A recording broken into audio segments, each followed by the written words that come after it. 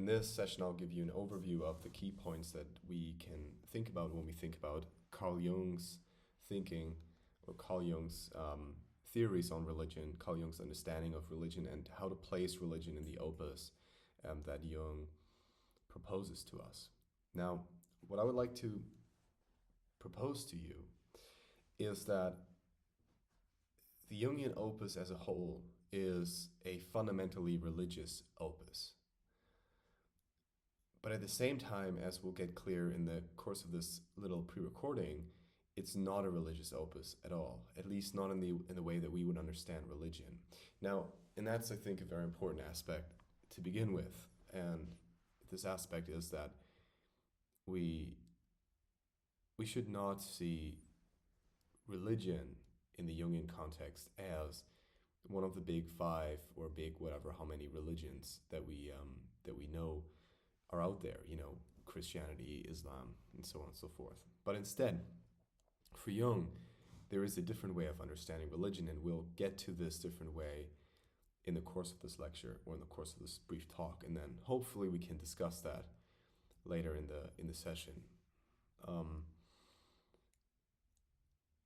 At the very fundament, I think, of the Jungian quest, so of everything Jung wanted to do in his explorations beyond attempting to understand psychology, so I would say his later writings, his later work, was the question: what about humans is tangible in the sense of a tangible or material asset, you would say, like something that is permanent, something that you have that sort of forms a pillar, a backbone of the human existence, and that is a backbone that is rooted within humanity, within the human, within the mind, within whatever you would call human, but then also beyond, so transcendent, you would say. So in that way, again, you would think, okay, well, Jung fundamentally dealt with the religious question, right? With the question of how do we understand transcendence? How do we understand something beyond humankind, in a way, something like God, you could say. But for Jung, this deity again could be subjective or objective, and there's an interplay here that is quite key, I think, to the Jungian opus as a whole. And for him, what he obviously proposed then as this fundamental aspect of the human experience that is sort of atemporal and exists beyond the individual human existence, but not necessarily detached from the human existence, it's not so clear, is the archetypal system. So the archetypal realm, the archetypes that Jung proposed. And the archetypes, as we'll see also in the more deep dive on Jung in March or February, I'm not entirely sure, when I teach on Jung, is of course more than these typical archetypes that we all know, the fool or the whatever other, the anima, all the archetypes, right? And the archetypal system for Jung is really the fundament of existence. It's kind of like the bedrock along which, or I like to say the trajectories along which psychological experience can unfold. So essentially you can imagine the archetypes to be a almost, if you want to evoke a biological metaphor, you could say it's the kind of predetermined genetic pathways along which, predetermined genetic pathways along which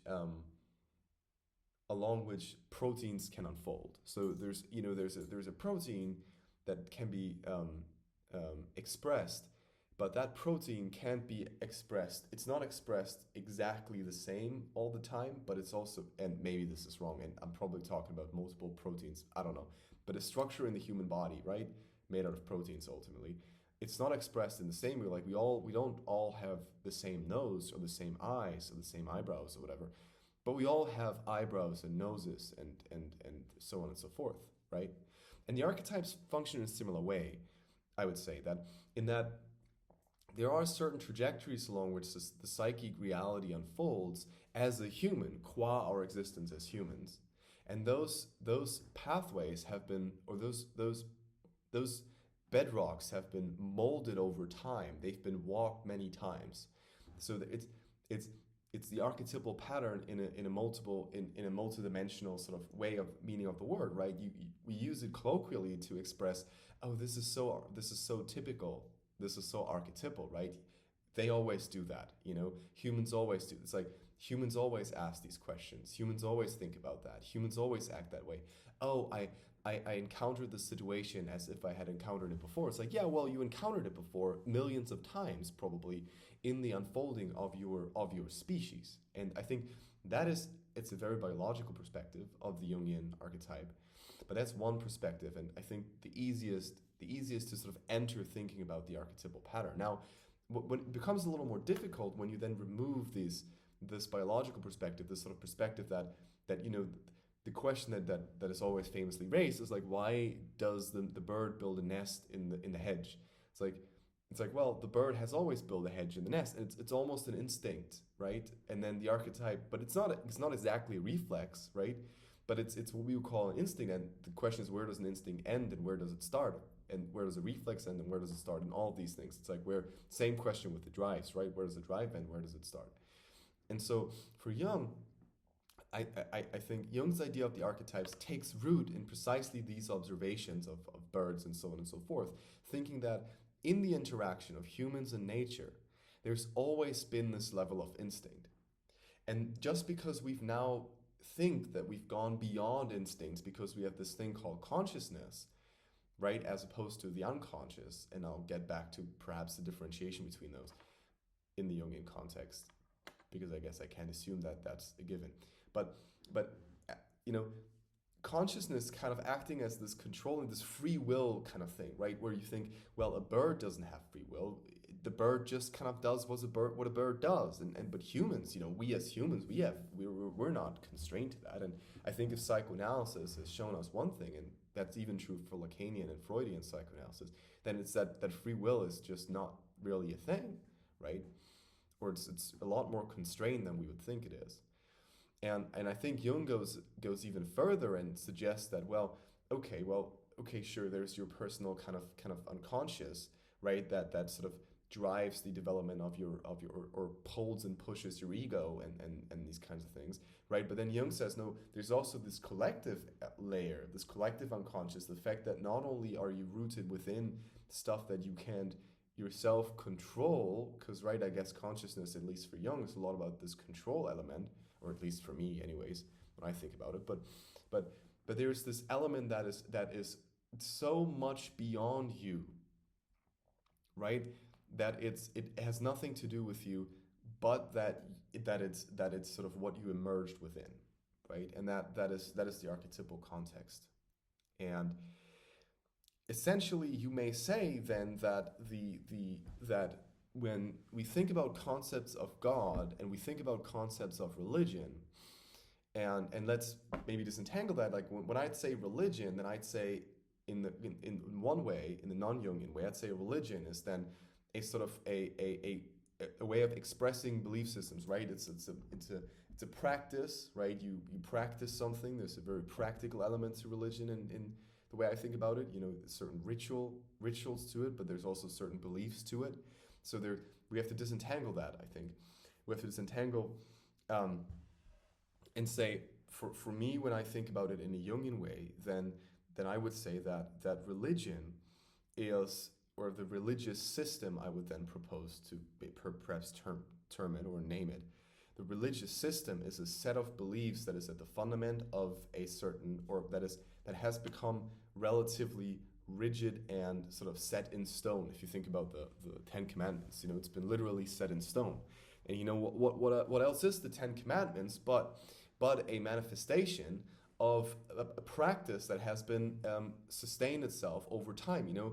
I'm not very good with names, especially in the biblical in general, but especially also in the biblical context. But if I remember correctly, then the Ten Commandments have been written down after substantial practice of the law as a way to guide decisions within a given context, right? And I would argue that essentially that's what the entire biblical stories are about. It's about It's trying to manifest the kinds of things that humans in a specific context have been doing, and try to condense that down in stories. And for Jung, essentially, if you look at these products of the psyche, that's what he calls um, art, literature, and all these kinds of things. Again, pretty obviously products that humans produce, products of creative products, but even then you could say architecture, you could say many things could be products of the psyche. You would say then that's what they are. They're condensed materials that are condensed into a form that can be transferred, and ultimately, that starts with perhaps oral transfer, then it's written down, painted, whatever it is, right? And so you'd say that is a belief system. And then a religious belief system, or religion, at least in that matter, is just a more complex belief system, right? And that's one element of it. And then the second element that we're talking about is the element of belief in that belief system, right? And I think for us, for the discussion today, those two sort of the kind of stuff you believe in, the kind of things that are written down and so on, and then the belief itself, the belief that then also necessitates a certain practice, right? It's if you believe, then you practice X, Y, Z.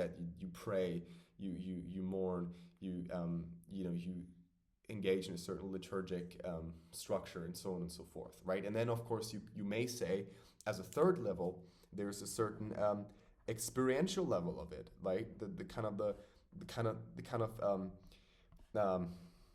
Jung calls it the numinosity, right, of religion, and that religion carries with it. And this has to do obviously with the first level, the archetypal level, right?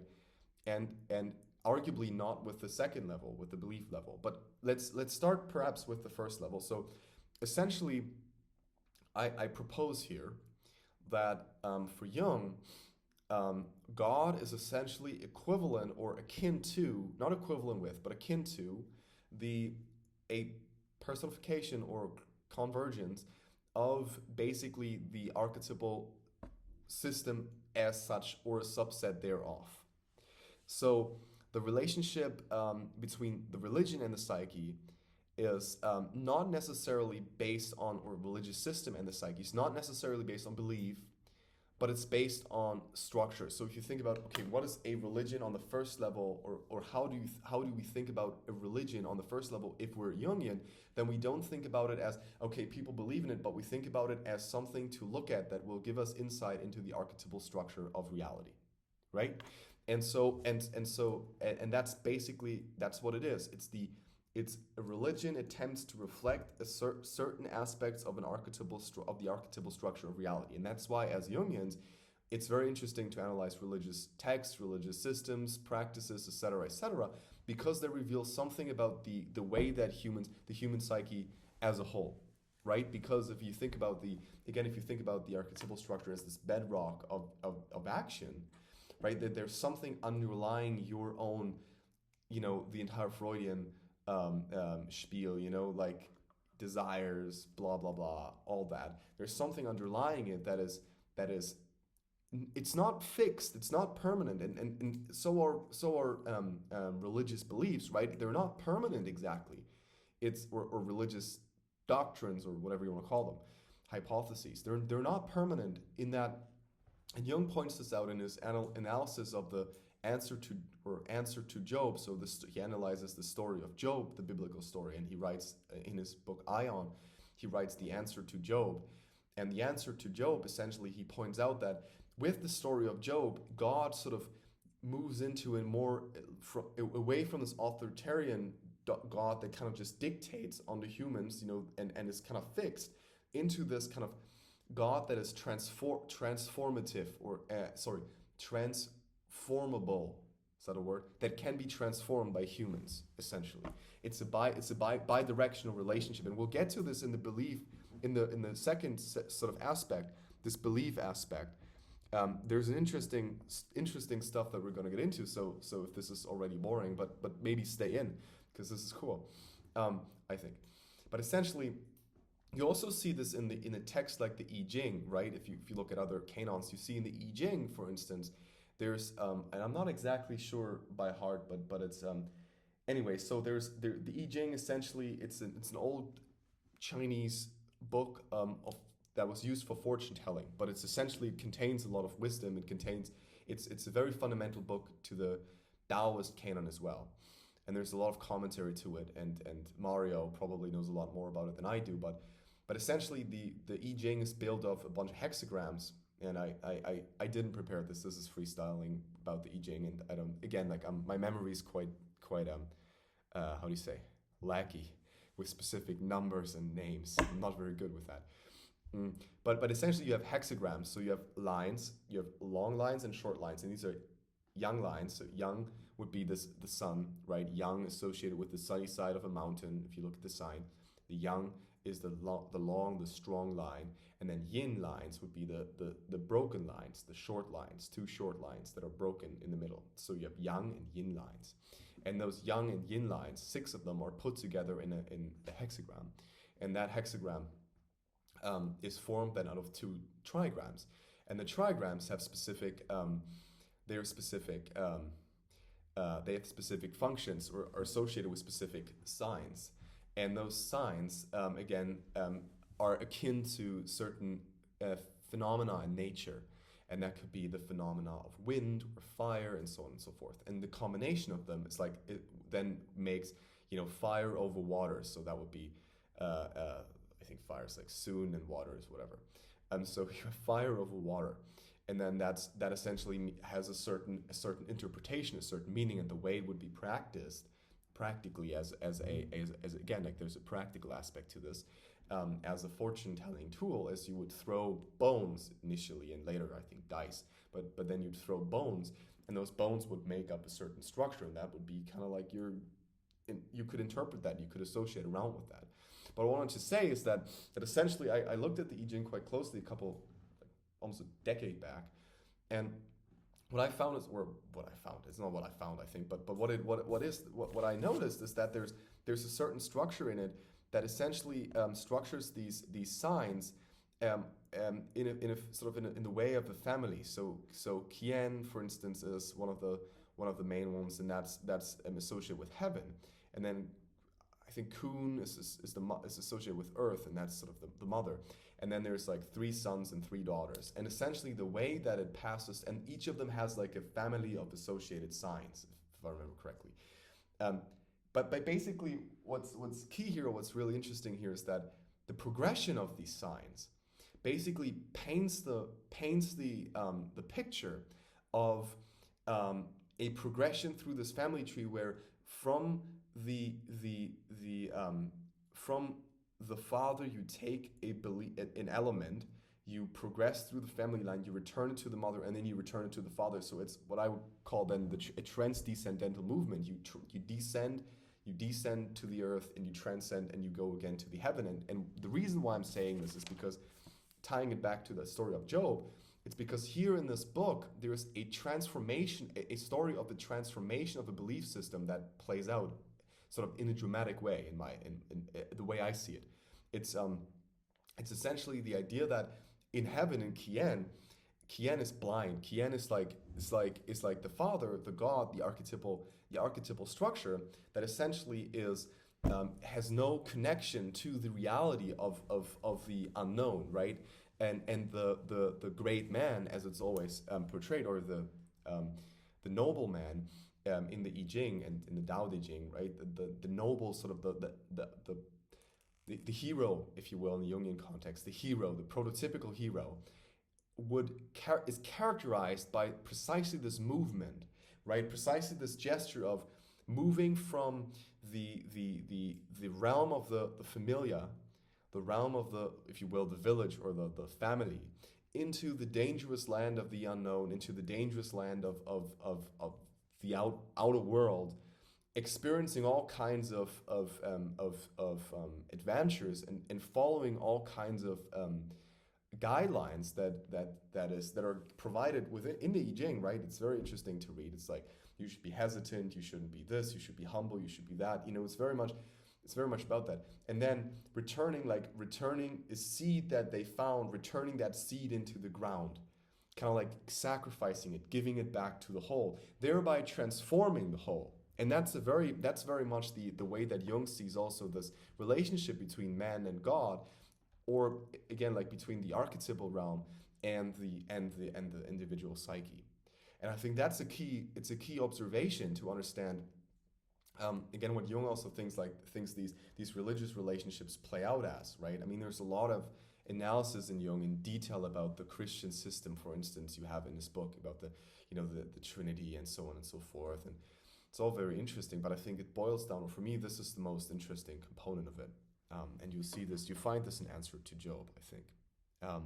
So that's one element. So you have basically this as a first proposal. Just to summarize, you have this central structure, the structure as belief system, structure as a belief system, and then you have essentially the transformative, almost mandate of the subject, the great one, the great subject, the great hero, right? The transformer of the divine, if you will, that is sort of to go out into the world and return and then sacrifice the treasure you found to the whole, right? And in that matter, you may read Jung as a call to the hero's journey, and to some extent, but on the other hand, also as a call to sacrifice and as a call to serve in a way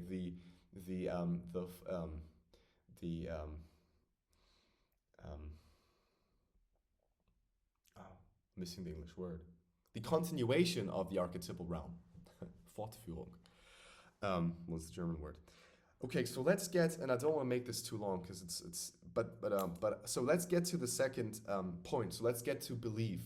So for Jung, again, I think there is, first of all, we have to say that in religious, to understand or to think about a religious belief or belief as such, or the obsession with a system of religion and that kind of a relationship, right? And I'm talking about the religions now, not necessarily the system level that we talked about now. I'm talking about something like Catholicism or Islam or whatever. Here, Jung would say that basically the relationship between the system, it's very simplified, and the subject is a relationship of projecting or engaging with the self and projecting that self onto the religious system.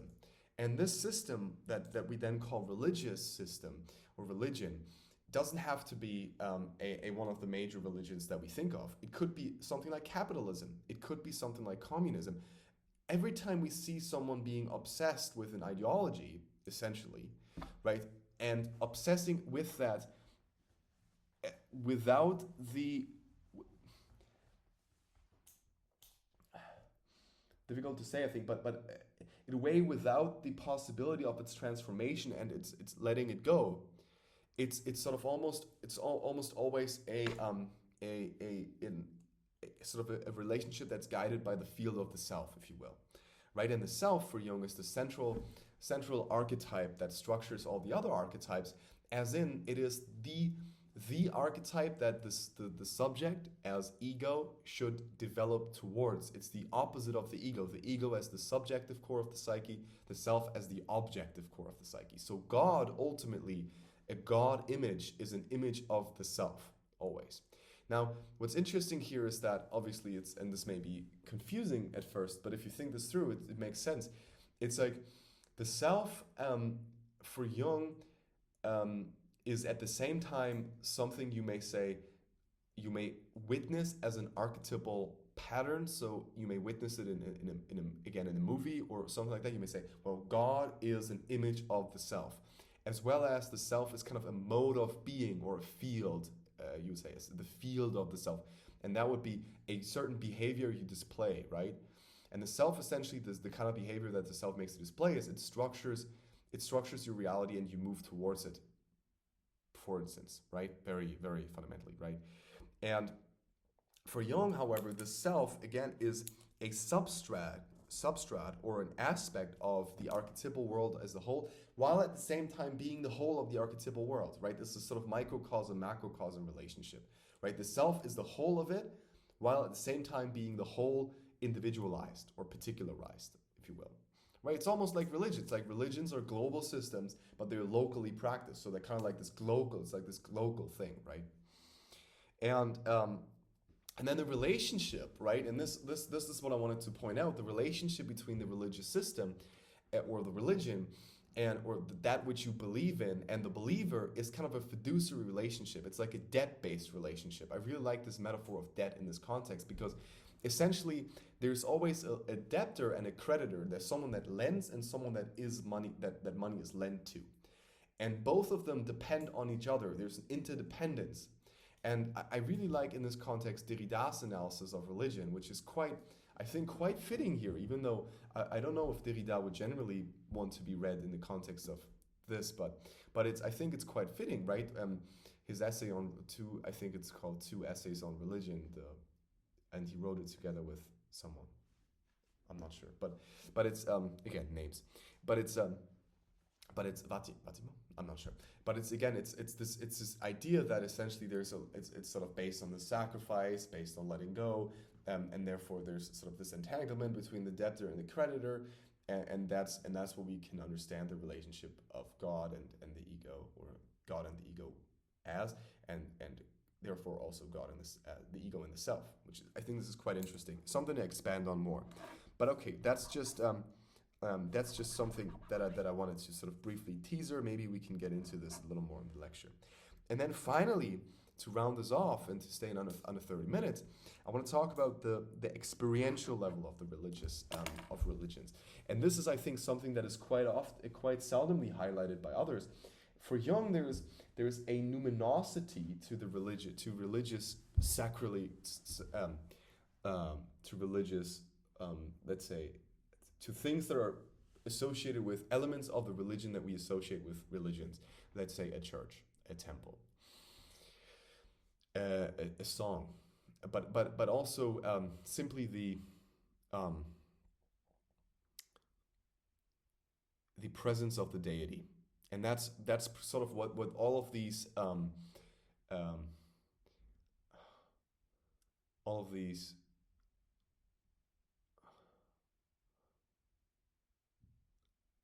aspects want to point towards, right? Like a church wants to present or almost capture the deity with its windows, stained windows, and the music of the organ, and so on and so forth.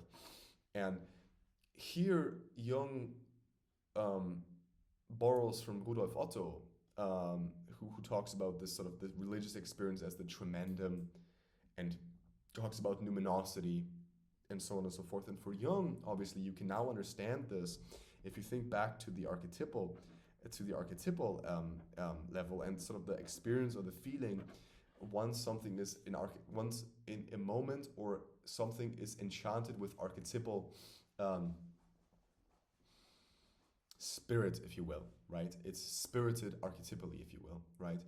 And you can understand it because for Jung, this archetypal spiritedness of a certain moment is fundamentally related to this experience of the tremendum, this experience of luminosity. And the reason, if you think back to this biological sort of, we go all the way to the beginning, we think back to the biological origins of the archetypal understanding, is that essentially in these archetypal moments we find what we truly are, because that's what we've always been. And again, that's related to the self, because the self is what you are. You in your position within this eternity. Right, this eternity that is always you and that has always been you, and that's your place, that's your moment within. You know, the chicken the bird that builds his nest in the hedge, that's where it belongs. It doesn't belong in a skyscraper. It belongs into this particular place, right? And so that's where Jung sort of brings in this numinosity or this tremendum as an experience of something that is beyond the attempt of the ego to control reality. Again, that's beyond free will, that comes in, breaks in, and sort of ruptures the linearity that your ego creates artificially. Boom, you know, and it's there.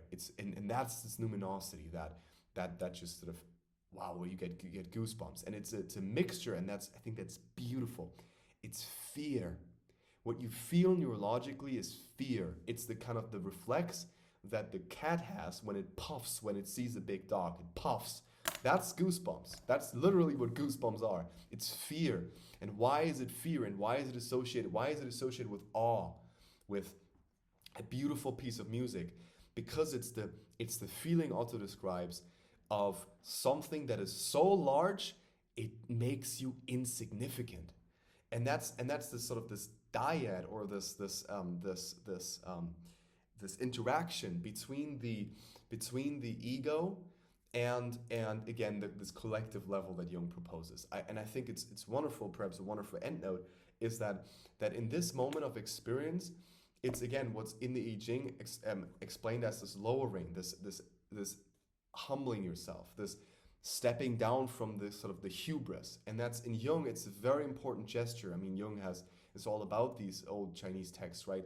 It's a very important gesture because the hubris of the ego essentially always, leads to its fall, right? If you fly too close to the sun, you're gonna die, or you're gonna fall, for sure, right? And that's the entire story in a way of the hero's journey as well, right? Because the hero is only called to his adventure once he experiences his own hubris, or often the hubris is associated with the call to adventure, or necessitates the engagement in adventure.